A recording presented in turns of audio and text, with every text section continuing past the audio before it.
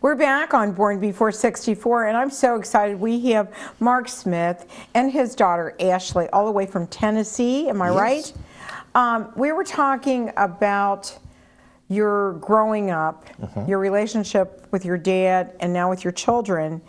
And my question, I think, is, would you say you were abused by your dad in any way, shape, or form, or was he just, during that period of time, raising the number of kids that were in your family? Do you think parents back then were a little stricter, didn't know how to be as close to their children? Didn't he have that same feeling about his family? I mean, I've thought about that a lot. What I feel like, knowing the system the way I know it now, as far as the law goes, we would have probably been put into the system. Seriously? Yes, because of punches, excessive beating.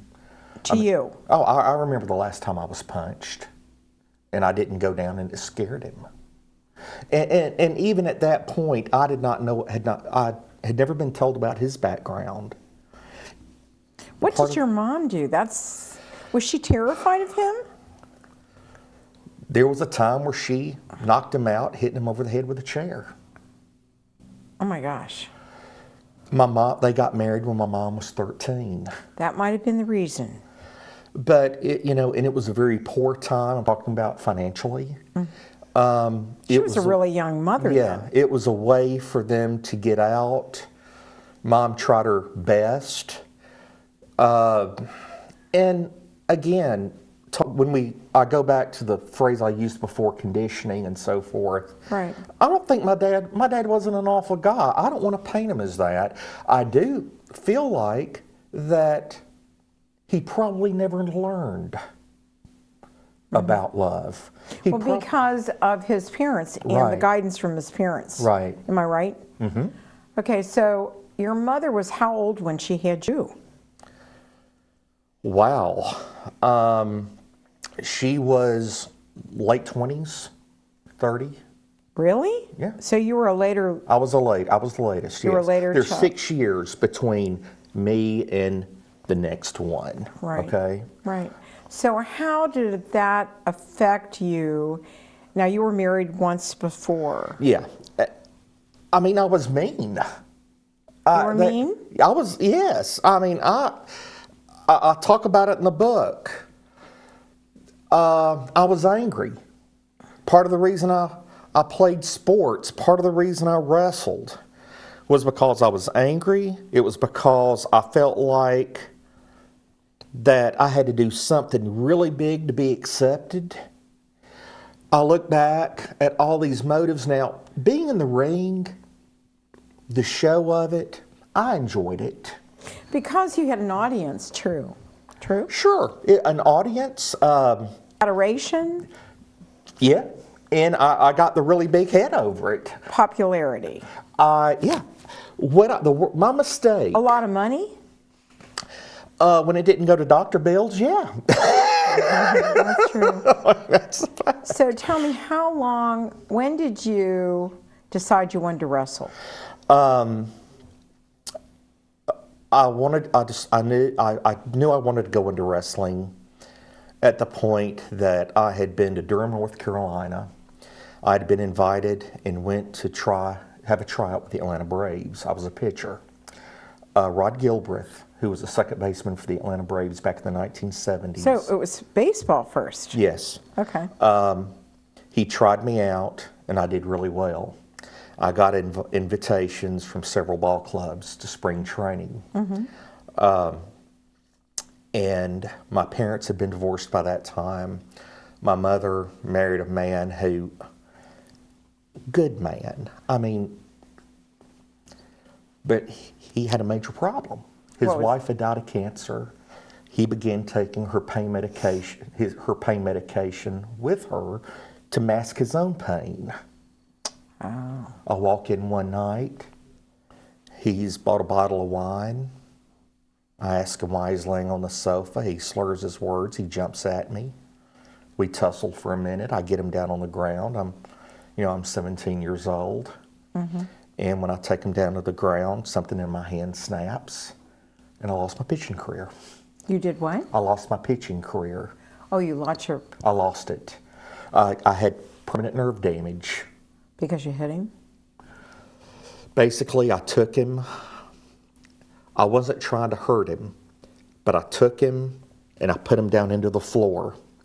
And so if you imagine my hand being right here on him, I had him by the shirt collar. I went down. My hand went off his shirt collar and my fist went straight into the floor, and I heard pops. Oh, wow. And I had these letters to spring training, and I couldn't throw a baseball no more, Kathryn. It was over. Oh, that's That so was just sad. one more thing to really tick me off. Right, okay? so now you're really angry. And where did you hear about the wrestling? A used car salesman in our town. You know, used car salesmen have this real thing, don't they? I was taken to him. He was a crippled fella, used a cane. His name was Bill Arnold. And what? His name was Bill Arnold. Bill Arnold, Yeah. okay. And he used to be the manager for the old tag team, the Masked Medics. The Masked Medics? Yeah, they Okay. were all white. Okay. And so I went up to Bill, and he said, yeah, I'll help you. I'll find out if you want to do it, Mark. And they put one of those hard wrestling, those like the collegiate wrestling mats, the ones that are really hard, made an 8x8 square on the ground. And for probably 4 months, I got on that mat with a man that beat the pulp out of me Really? to see if I really wanted it that bad. Now, how old were you at the time? 18 and a half. You must have wanted it. I didn't give up. And What was your name as a wrestler? well, it started out, I actually became a masked medic for a few months. Then I got a strange phone call one day. You know, I'd been working these shows in small towns where a promoter may offer you $100, you get there and he gives you a $10 bill. Are you joking? No, That's not joking. sad. Today, these guys, they go to wrestling schools, they get in the business. It's just way too easy. I had to break into it the old school way, beating the pavement, getting paid nothing really. But all you got really was ring experience.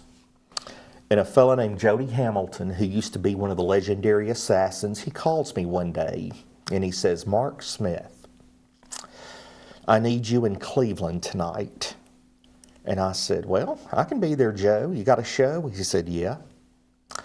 I need you there. I said, well, I'll leave about 3 in the afternoon. He says, Mark, I don't mean Cleveland, Georgia. Cleveland, Ohio. Come by CNN Center, get your plane ticket. You're flying to Cleveland. You're now working for WCW.